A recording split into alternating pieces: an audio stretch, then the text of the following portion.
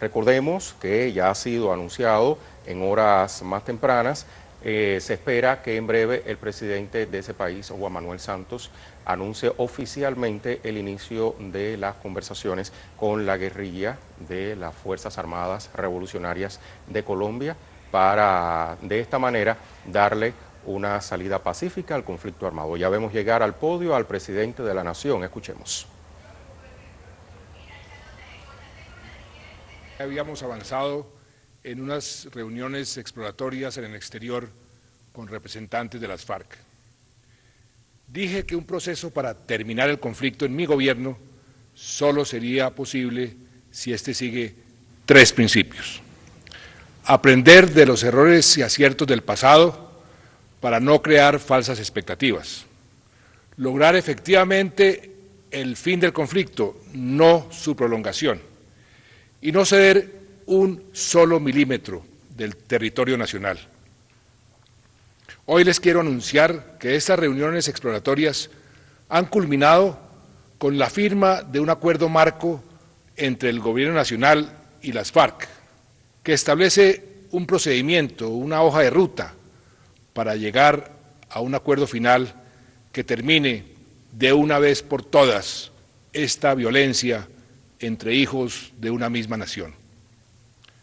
El acuerdo lleva el nombre de Acuerdo General para la Terminación del Conflicto y tiene su origen en unos canales que había establecido el gobierno anterior y que nosotros retomamos y continuamos.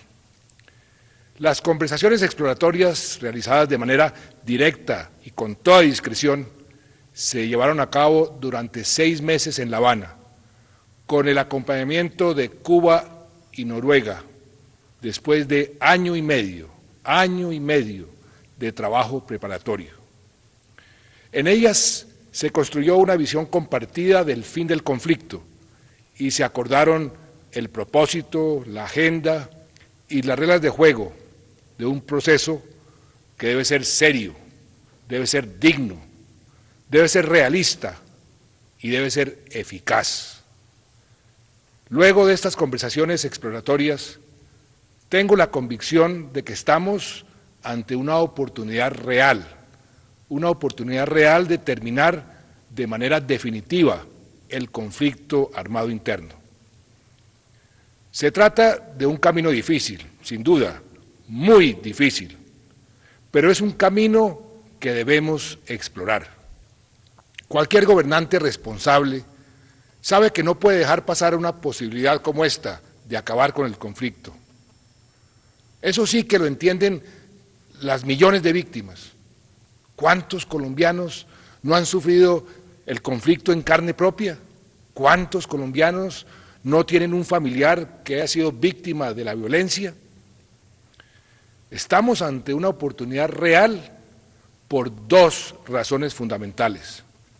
La primera, porque Colombia ha cambiado y el mundo ha cambiado.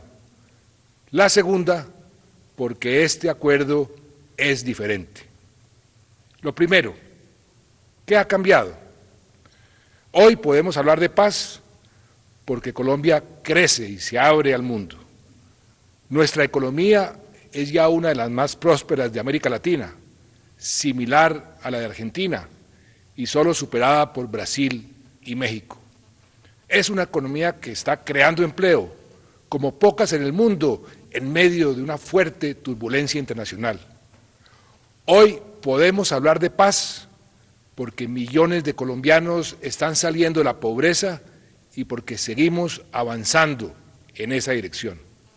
Hoy podemos hablar de paz porque el uso de la violencia para alcanzar objetivos políticos es cosa del pasado. Ningún país de la región lo tolera y en varios hay gobernantes que dejaron atrás la lucha armada y optaron por el camino de la democracia. No solo Colombia, el continente entero quiere vivir en paz y nos respalda en ese propósito. Hoy podemos hablar de paz gracias a los éxitos de nuestras fuerzas militares y de nuestra policía y gracias a la creciente presencia del Estado en todo el territorio nacional. Hoy podemos hablar de paz gracias al esfuerzo diario de nuestros soldados y de nuestros policías, a quienes en este momento quiero rendir un sentido homenaje. Yo sé lo que es la guerra. Yo sé lo que es la guerra porque fui ministro de Defensa en un momento crucial y conocí de primera mano el sacrificio de nuestros hombres. Hoy podemos hablar de paz porque la visión de mi gobierno es una visión integral. No combatimos por combatir, combatimos para alcanzar la paz. Y también estamos construyendo paz. Lo hacemos cuando reparamos a las víctimas, lo hacemos cuando restituimos tierras a los despojados, lo hacemos cuando buscamos mejorar las condiciones de vida de quienes han permanecido olvidados en los confines de nuestra geografía. Hoy podemos hablar de paz porque este gobierno ha avanzado mucho de la mano del Congreso en crear condiciones para la reconciliación nacional. Lo segundo, ¿por qué es diferente este acuerdo? ¿Por qué no repite los errores del pasado? Es diferente porque es un acuerdo para terminar el conflicto. Contiene las condiciones que el gobierno considera necesarias para abrir un proceso con suficientes garantías, aunque por supuesto el éxito no se puede dar por descontado. Por eso un punto de la agenda es precisamente el fin del conflicto, es decir, lo que pasa cuando cesen definitivamente las acciones militares. Este acuerdo no es ya la paz, ni se trata de un acuerdo final. Como ya lo dije, es una hoja de ruta que define con precisión los términos de discusión para llegar a ese acuerdo final. Este acuerdo es diferente porque no tiene despejes de territorio y porque no hay cese de operaciones militares. Es diferente porque las conversaciones se llevarán a cabo fuera de Colombia para seguir trabajando con seriedad y discreción. Comenzarán en Oslo la primera quincena de octubre y luego continuarán en La Habana. Es diferente porque las conversaciones no tendrán un tiempo ilimitado. Se medirán en meses, no en años. En todo caso, acordamos que la duración estará sujeta a que se revisen los avances cada cierto tiempo y si no hay avances, sencillamente no seguimos. Es diferente porque el acuerdo establece un proceso con una estructura clara dividida en 3 fases. La primera fase, la fase exploratoria, definió una agenda cerrada y unas reglas de procedimientos para evacuarla, que es lo que ya se firmó. La segunda fase estará enmarcada dentro de unas sesiones de trabajo reservadas y directas. Será una discusión sin interrupciones y sin intermediarios. ¿Sobre qué? Sobre los puntos acordados para llegar al acuerdo final. Y con ese acuerdo final se terminaría formalmente el conflicto. La tercera fase es la implementación simultánea de todo lo acordado, con las correspondientes garantías y mecanismos de verificación y de participación ciudadana. Este acuerdo es diferente a los anteriores porque contiene una agenda realista sobre 5 puntos concretos. El primer punto es el desarrollo rural. Eso significa dar mayor acceso a la tierra, llevar infraestructura a las regiones más apartadas, hacer que la prosperidad y los servicios del Estado lleguen a todos los habitantes del campo. Es repartir de manera más equitativa la prosperidad por todo el territorio.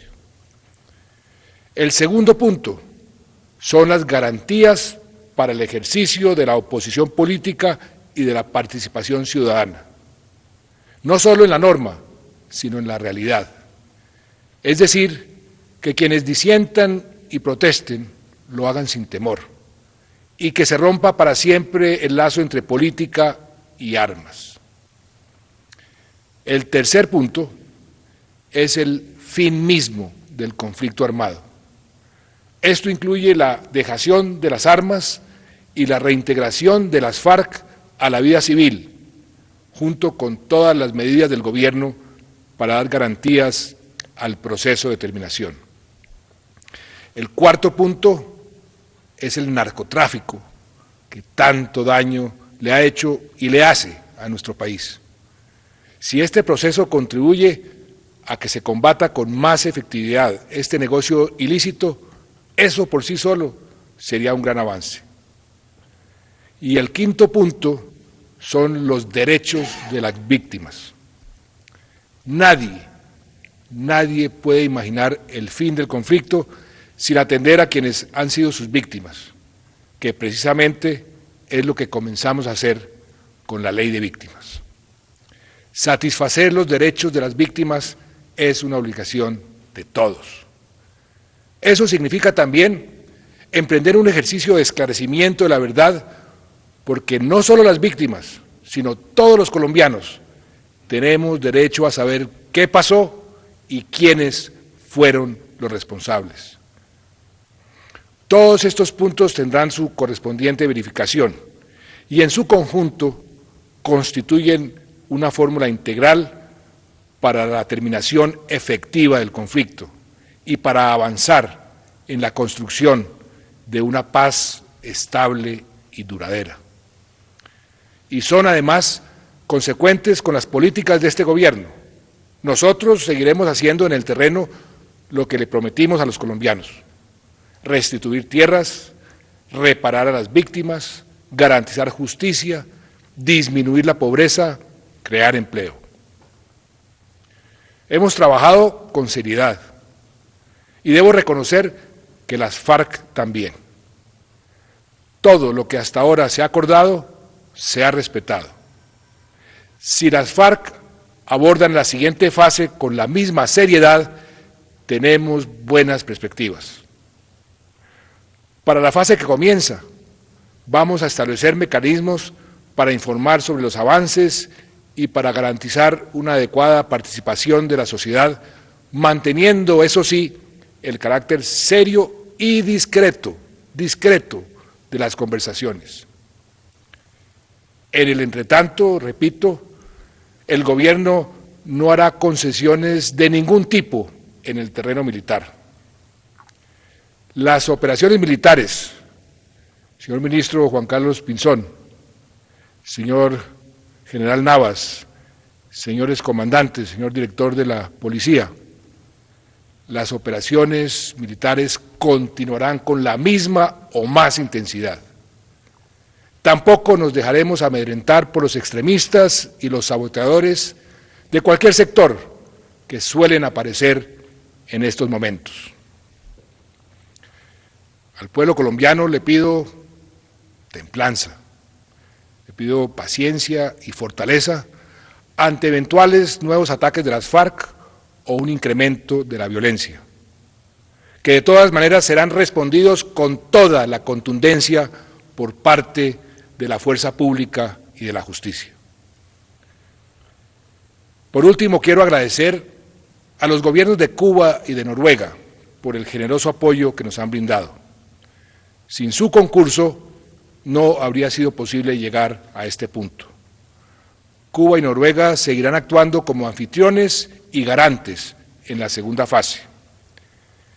También quiero agradecer al gobierno de Venezuela por su permanente disposición a ayudar en todo momento y al gobierno de Chile por haber aceptado apoyarnos en la siguiente fase. Estos dos países, Venezuela y Chile, serán acompañantes. Agradezco finalmente a una serie de expertos internacionales que desde el principio, con su conocimiento, con su experiencia, con gran dedicación, han enriquecido enormemente este proceso.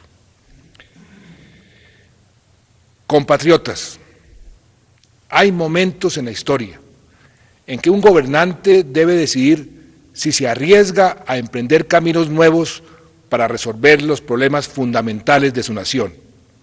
Este es uno de esos momentos.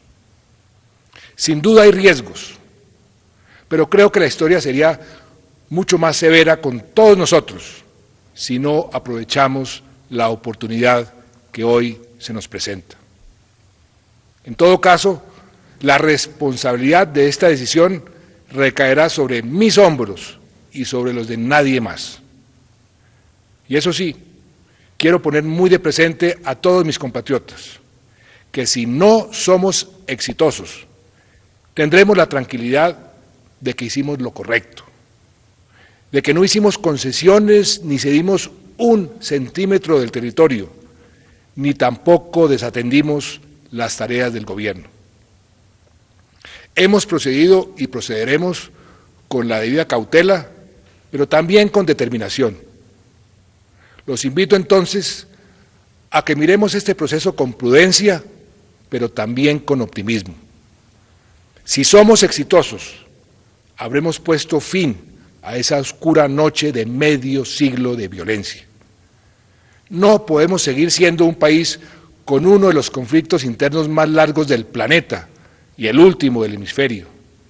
No podemos dejar que sigan naciendo nuevas generaciones, como la mía, que no conozcan un solo día de paz. No hay duda de que es hora de pasar la página. Hace unos días, una madre cabeza de familia, con 4 hijos, de los cuales había perdido 2 en este conflicto, se me acercó y me dijo: presidente, busque la paz. En paz seremos mejores personas. En paz, los 2 hijos que me quedan tendrán más oportunidades. Así lo creo, así lo creo.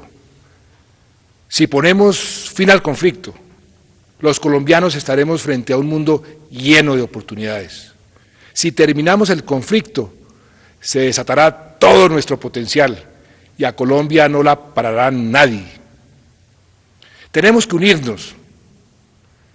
unirnos todos para hacer que el sueño de vivir en paz se convierta por fin en una realidad. Muchas gracias.